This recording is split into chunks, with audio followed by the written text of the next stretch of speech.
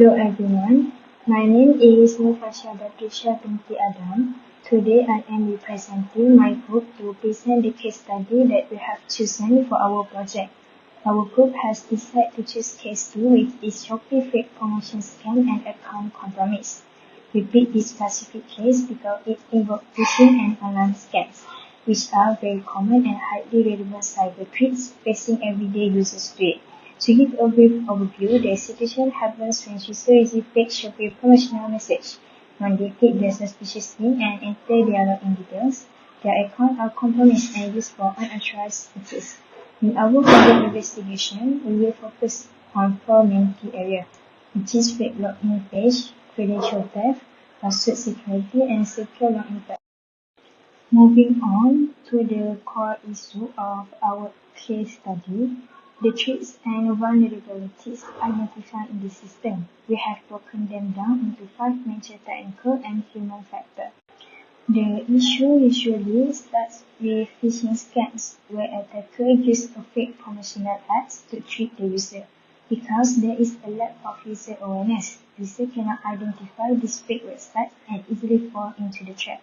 This leads directly to credential theft, where the attackers successfully steal their username and password. The problem is further worsened by weak passwords, as many users tend to use simple, easy-to-guess passwords across multiple platforms. Finally, because the system has no multi-factor authentication or MFA, there is no extra security layer to stop the attacker. Once they have the credentials, they gain immediate and unauthorized access to the account. That's all from me. Thank you. Assalamualaikum warahmatullahi wabarakatuh. My name is NURBAITY Dania binti MUHAZZAMBI. My number matric is AA251138. Now, I will present the software and tool demonstration part for our cybersecurity project. To technically investigate the Shopee fake promotion scam, our group utilized 2 main open source security tools, which is Wireshark and Nmap. If you look at the top right image, which is figure 1, this displays our Wireshark interface during live packet capturing. We initiated the packet capture over the active local interface to monitor network communication. To relate this to Shopee phishing attack, we apply a DNS filter to trace domain name resolution request, simulating how a victim gets redirected from a fake promotion link to a spoof login page. We also monitored port 443 to analyze the secure HTTPS connection behavior.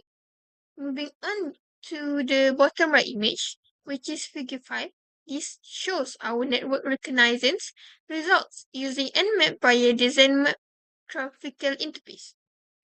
So we perform a regular scan on localhost to evaluate potential entry points and system exposures. The tool successfully mapped out the active network service and identified several open ports, such as Microsoft DS on port 445, as well as ports 135, 902, and 917.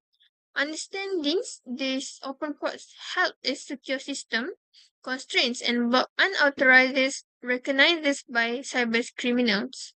In conclusion, these tools effectively help us analyze baseline network behaviors and service exposures during a credential theft incident. This is all from the tool demonstration part. I will now pass the presentation for the next member. Thank you.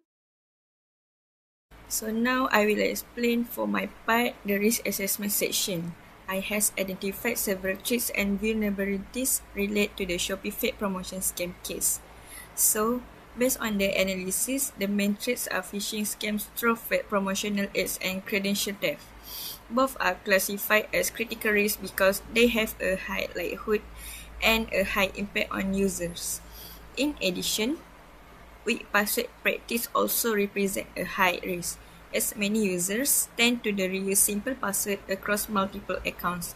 This makes it easier for attackers to access accounts once credentials are exposed. Furthermore, lack of the user awareness increase the risk level, as many users are unable to identify fake website or suspicious message, leading to successful phishing attacks. So, lastly from me, the absence of multiplication multi-factor authentication or MFA also contributes to the risk because attackers can access accounts using only stolen passwords without any additional verification steps. Overall, this risk assessment shows that both human factors and security controls weakness play a major role in the success of phishing attacks. Assalamualaikum, my name is NURHAZIRAH binti JAMSARI. My number metric is AA251269. For defense implementation, I will explain several security measures that can be applied. First, users should enable multi-factor authentication, or we call it as MFA, to add extra protection to their accounts. Second, users need to be aware of phishing scams and avoid clicking suspicious links. Third, strong passwords should be used to reduce the risk of account compromise. Users should also make sure they are logging into the official Shopee website by checking the URL and HTTPS connection. Lastly, email and SMS filtering can help block phishing messages before they reach users. These measures can help prevent phishing attacks and protect users' account. Thank you. Hi, my name is FARHANA binti FAZLI, matrix number AA250891. For ethical and professional justification, first is responsible testing. The security testing exercise was conducted exhaustively on local hosts and safe labs. Second is no actual system or websites belong to Shopee were hacked or compromised. Second is ethical hacking practice. The study strictly confined itself to educational and academic objectives. Ethical hacking tools like Wireshark and NET and OWASP were utilized. That is privacy consideration. Personal user data and credentials were not obtained at all. Screen capture or demonstration include fabricated or mock data only.